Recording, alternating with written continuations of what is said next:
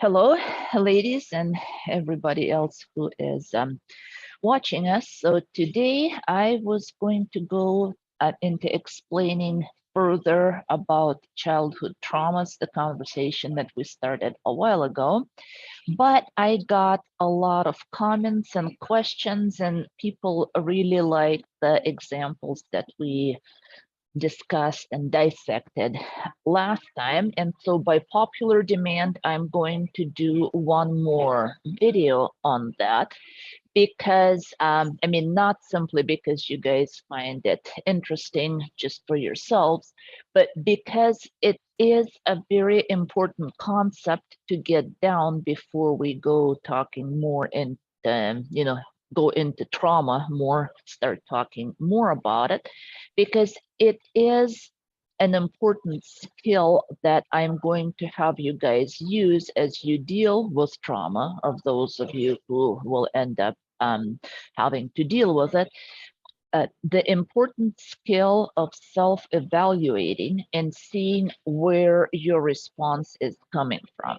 And as we go along, it's going to become a lot more clear as to what we're doing and why we're doing this. But to recap, kind of what we've talked about in the previous videos as well, and even in general. So we have this true self, which is truly us, and we have ego, which is a front that we wear, which is fine. This is how we are made to be, basically. So it's perfectly fine to have this front. In fact, we cannot function without it, or we would become mentally ill. So it's definitely necessary, but the problem starts is when that front starts to take over and claim to be us. So that's where the problem starts. And trauma in itself is the damage to our true self in favor of imbalances in this ego part. And so in our last videos, we've discussed that the responses, like our behaviors, our reactions, how we feel, um, always are filtered through ego. Our true self feeds into it. Then we have super ego, which I explained in other videos. I'm not going to repeat here. Just go ahead and watch if you haven't. And id feed into this ego. And true self balances that out. So as long as our true self in control, we're fine. When one or the other starts taking over, that's when we have problems. So what we are going to do today is watch a couple more of those cartoon videos. And what I want you, Lauren, Stacy, to do is take it in and tell me, what is fueling the lady's response here? Is it her true self? Is it coming from super ego, from like dogmas, social settings, something that, the society pretty much dictates to us? Or is it coming from id, from our instinctive animal-like part? And how do they interplay? So let me show you the first video here, and then you ladies can weigh in. If you can't hear the sound, holler immediately, but it's supposed to work. So here's the first video. Would you like a smoke? No, I can't. Smoking is against my religion. So this is the first video. Stacy, would you say or what I say, what would you say is standing behind this response? Well, I would think, as you explained earlier, religion is part of the superego. So my call would be this response is probably driven by the superego here. It's a good answer. So we have been talking about religion, and those of you who are new, I want to remind you that I take religion as a very powerful and very well-known representation of what we believe, but I don't necessarily mean organized religion, whether you're a Muslim or a Catholic. it's kind of like a good term to term what you believe. And, they're really very close. We use those as separate terms, but in terms of psychology, that's kind of like religion is a sum of your beliefs. And it's a very powerful sum. So and what Stacy is saying is, yes, religion is very often dictated, becoming, a symbol almost of superego. It's because people use that to reflect their perception that comes from superego. A classic example, like they call, those people Sunday Christian. You know one person on Sunday, and then you meet them somewhere during a weekday, and you can't even recognize them. They act different, they talk different, they're dressed different, they're like a different person, when they're in church and they're outside. So they're in church because superego is telling them to do certain things, which is definitely not them. So definitely warranted response. Let's take it under advisement at this moment. We'll dig deeper. Laura, what do you think? I'm actually not sure. I think I'm confused, you know. Stacy is saying that like she remembers you explaining that religion is always a part of super ego, and I don't remember that part. I mean, what comes to my mind is the discussion of the song Losing My Religion, where you said that religion is a powerful, I mean, it's powerful and it's an important part of self. So I totally remember that part. I mean, you saying that, so I'm confused.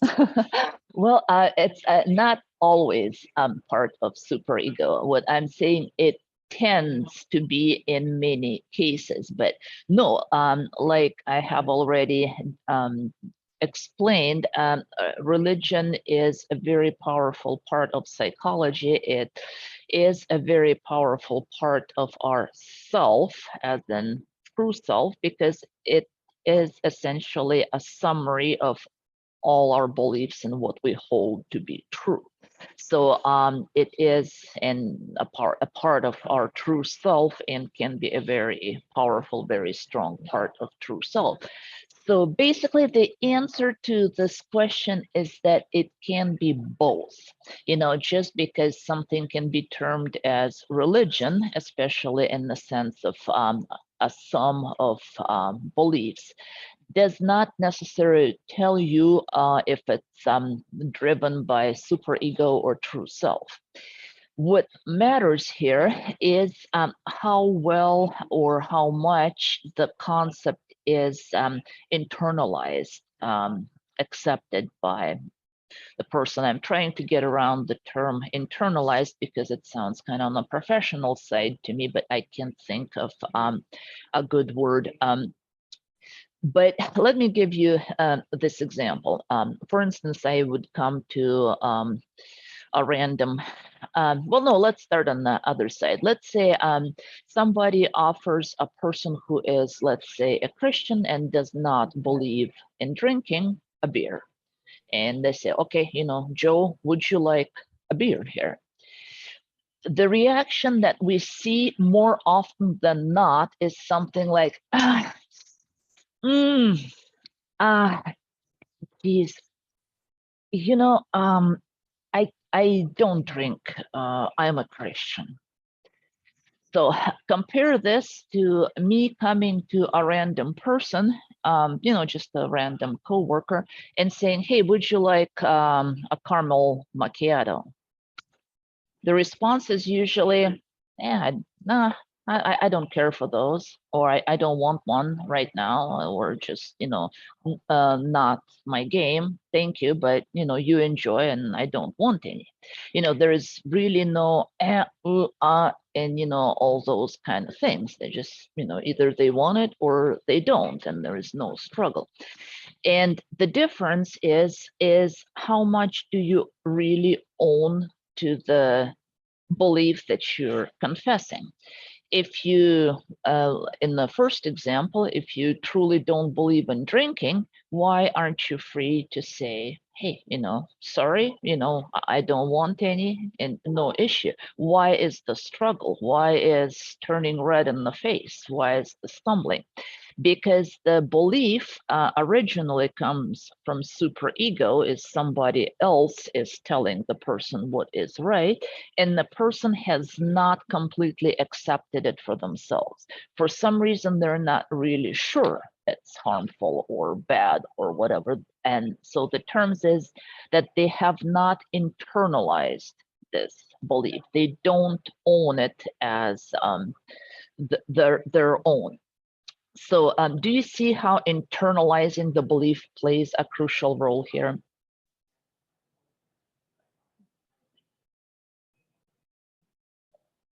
Food for thought, right? Yeah. What if So, they felt like they need to be confessing their faith? well, that's a good point. But still, same thing basically applies, because if they truly believe that they need to confess their faith, then again, why would they struggle if that's what they believe?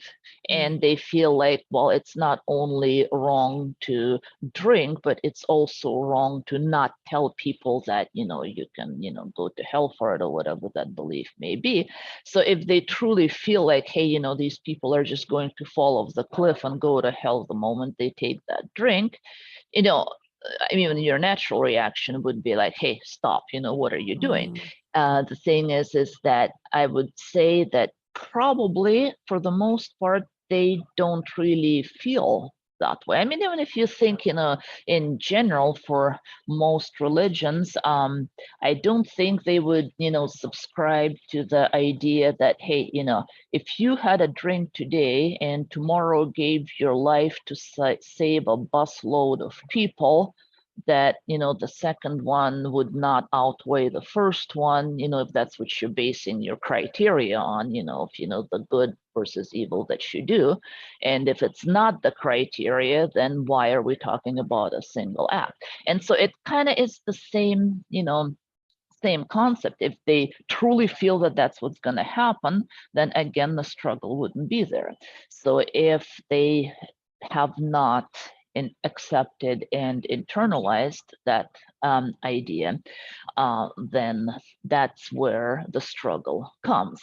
So why are we talking about this is because taking us back to the idea of trauma, which we are going to get more into as we go along, and the importance of knowing what is powering up your responses before we can even effectively deal with trauma.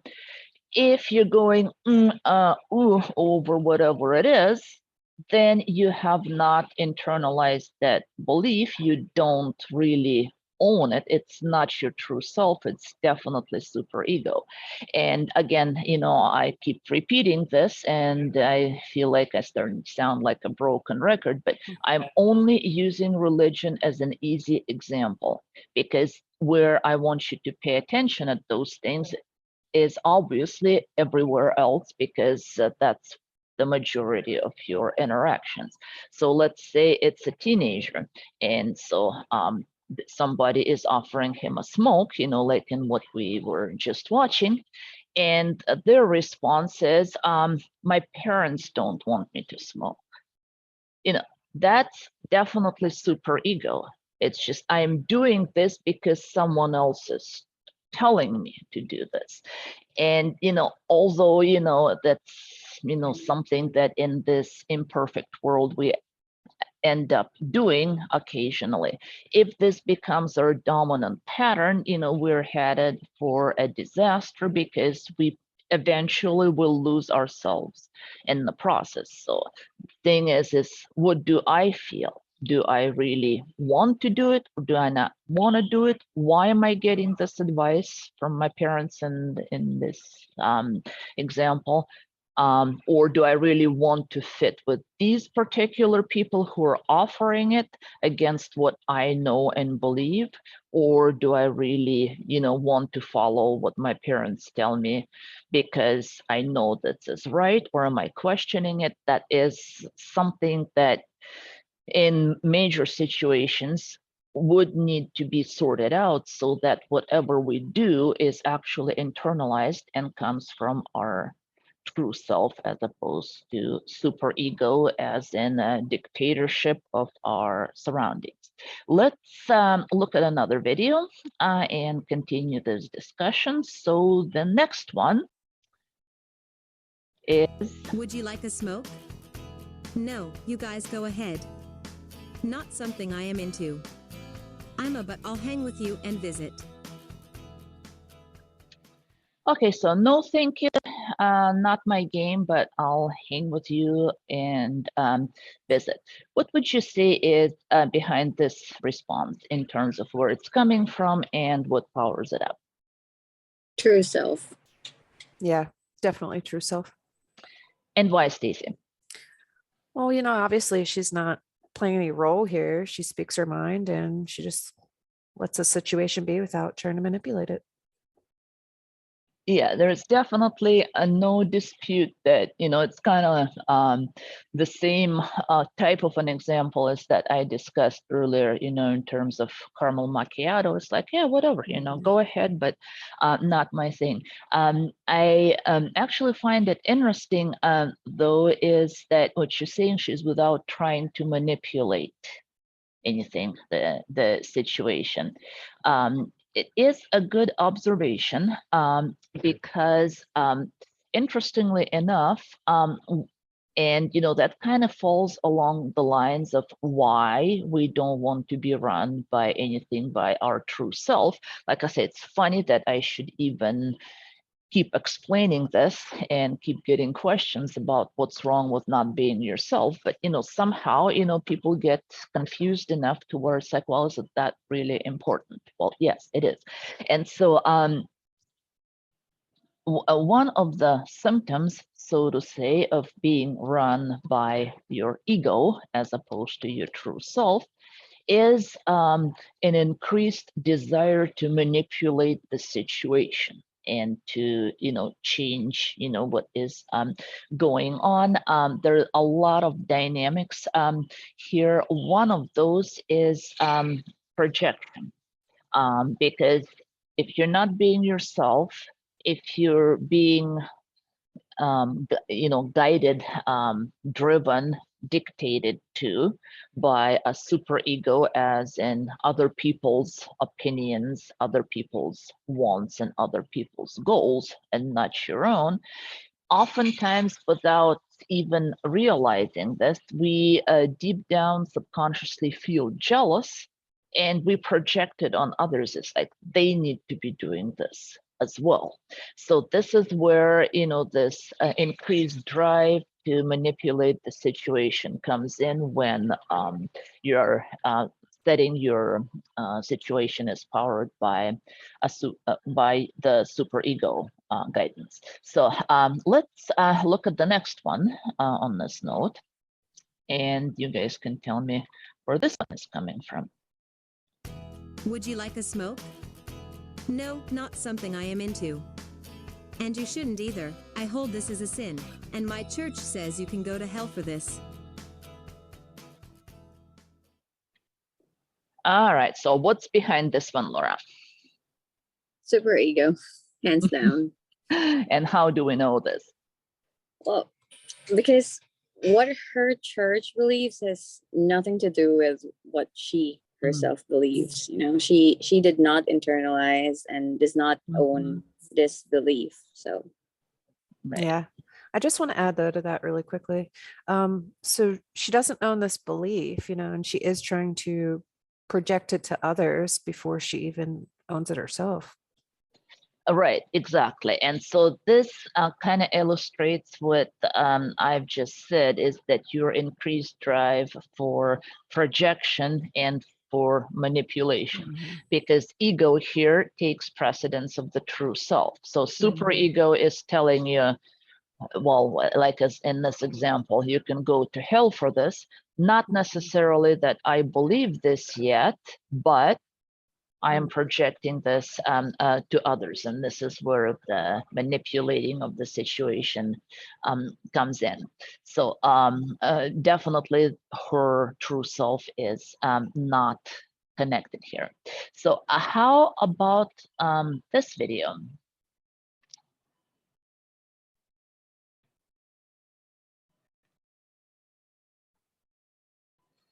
Would you like a smoke? No, not something I am into. And you shouldn't either. This is really bad to your health.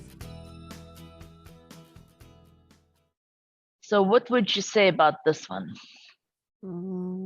Super ego, I think. You know, as you were, excuse me, as you were saying, we can use the term religion to really symbolize any belief. So here, you know, her belief that is smoking is not good for you. So her response is coming from this belief, which I would think means super ego. So yeah, so basically, you know, what is the difference between the previous video and this video is that we substituted religion for kind of like environmental belief. That it's not good for you. Everything remains the same, right? You know, whether you're saying, hey, you don't do this because we hold this as a sin, or you don't do this because it's not good for you, you know, essentially, you know, what's the difference, right? But what if she truly cares about the health of these two individuals, sincerely wants to warn them that, hey, consider what you're doing to yourselves here, that it's destructive? I mean, in that case, I don't really know. Laura? True self, then? I mean, looks like she has internalized the belief. Right. Yeah, you know, that is exactly, you know, basically, I would say the right answer, and it can be either, just in the previous situation, that, you know, whether how much do you really believe of what you're saying, or do you have ulterior motives? So if you truly care about the people and you feel like, hey, you know, this is what I want to tell them, as opposed to this is what I'm supposed to tell them, as we discussed. Well, what am I supposed to confess my faith? You know, do you want to confess do you really think, you know, bad things gonna result if they continue doing what they're doing, or are you just saying that to serve some ulterior purposes and ulterior, you know, agendas? So definitely can be both, and usually it's, you know, like I say, it's all a feel, you know, which people hate to hear. It's like, tell me how it is, you know, what the feel, you know, salt to taste, how much, you know, a pinch, you know, a spoonful, what's to taste, you know, I don't know what it's going to taste like before I make it. So but it is a feel, you know, because when it comes from your true self, it feels right. The situation usually feels right. You know, it shows in your tone of voice. It produces, you know, the reaction that's alongside of that. So if I'm talking to somebody and they say, hey, you know, would you like a coffee, a smoke, a beer, or whatever, the way I'm going to respond, even if I'm saying the same exact sentence, the vibe usually is different. It's like, no, thank you. And you know what, you guys shouldn't either, you know, really not a good idea. Or no, thank you. And you guys shouldn't either, you know? You know, obviously I'm exaggerating to make a point, but you know, you get what I'm saying. Is that when it really comes from sincerity, from, you know, your true self, the feel is usually different. Will we be able to know in each exact situation where it's coming from, and do we really need to care? No, obviously. We're going to go through a million situations during the day, and some err on the side of superego, some err on the side of id. I mean, like, if you're starving and you don't care, what everybody thinks, and, what even it is you're eating and how good it is for your health because you got to eat something, that's powered by it. Well, it is what it is. But when it comes to the situations that matter, where we start running into anxiety, depression, conflict, questions of why it's not working for me, this is where it's good to consider, am I being myself, or is my ego, which this particular situation and question that is being considered is actually the will of superego, or some instinctive animal forces? Is this what's running my life, or is that really me, and is this really what I want, and this is really represents how I truly feel, and the sum of my desires, aspirations, and goals, so to say. Because again, why do we hear, or why do we care? Because when ego takes the place of self, then that's where your heart and mind start malfunctioning, because that's not how we're made. We're made to be ourselves. We have our unique place in life, and there is a purpose for us. So as soon as we start losing ourselves, our body knows it. So our I say heart and mind because the term that is kind of the psychology term from centuries before. It was only in the last couple hundred years that the Western civilization actually started separated the two. But if you think about it, what we think and how we feel is very closely connected. So if you feel frustrated, then your thoughts gonna reflect that. If you start thinking dirty thoughts about stealing or killing somebody, your feelings will catch up. So you really can't separate the two. So when we start losing ourselves, and when we start shifting from true self to being run by the ego, that causes mental problems, emotional problems, because it puts everything out of whack, out of balance, and it goes on to depression, anxiety, relationship problems, and so on and so forth. And eventually, when your true self remains in this kind of oppressive situation for way too long, just like anything, when you apply too much pressure for too long of a time, is going to break and to get damaged. So that's how your true self gets damaged. This is how trauma results. In an absolute worst scenario, you can lose yourself completely. I mean, that's like really worst scenario, and that people end up in mental institution when it happens completely. When you lose your true self 100%. But if you think about it, when your true self is not there, the shell is there, the real essence isn't, then what would we call a setting like that? A zombie, right? The real person is gone, only some outward shell is present, and this outward shell is run by external forces that absolutely have no care or concern or conscience or control, oftentimes. So again, this is kind of like a bad scenario to illustrate, and doesn't happen to people who remain normal, but that's just something to keep in mind of where that road leads. And again, it's funny why I should emphasize why it's very important to nurture your true self, but somehow, people have questions, because we are used to be run by societies, by, outward manipulation. So interestingly enough, it does come in question for a lot of people. But why are we talking about this here? Let me repeat it before I conclude this video. Is because if our true self remains chained, oppressed, neglected, underfed, undercared for, unrecognized for too long, like anything that you neglect or apply external pressure to for too long will get damaged. This is how trauma results.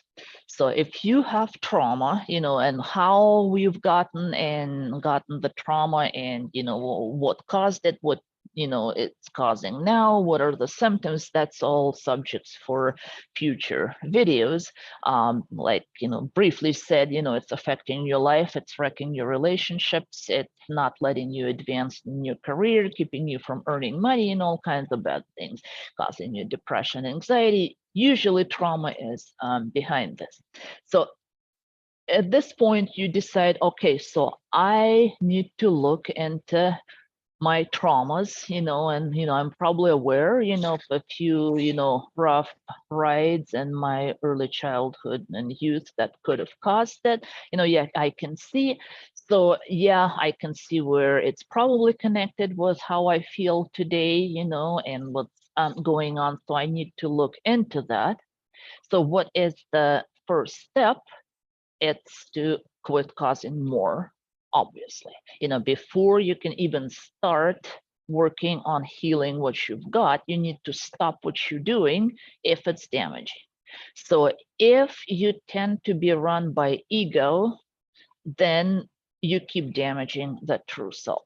So what I want to encourage you to start doing is, I mean, not obviously every day, not in every situation, but when something comes challenging, when you feel like, well, gee, why is everybody happy and I'm sad today? Kind of, again, give us some simplistic, exaggerated example. Think about it. Is that me, or is that the ego that is saying it's me that is fueling and powering the situation? So I'm going to leave you with this thought, ladies. And next video, we are going to be digging a little bit more detail into trauma and what kind of trauma there is, and obviously what we are going to do about this. Thank you so much for watching. It's been a pleasure. I'm going to stop the recording here.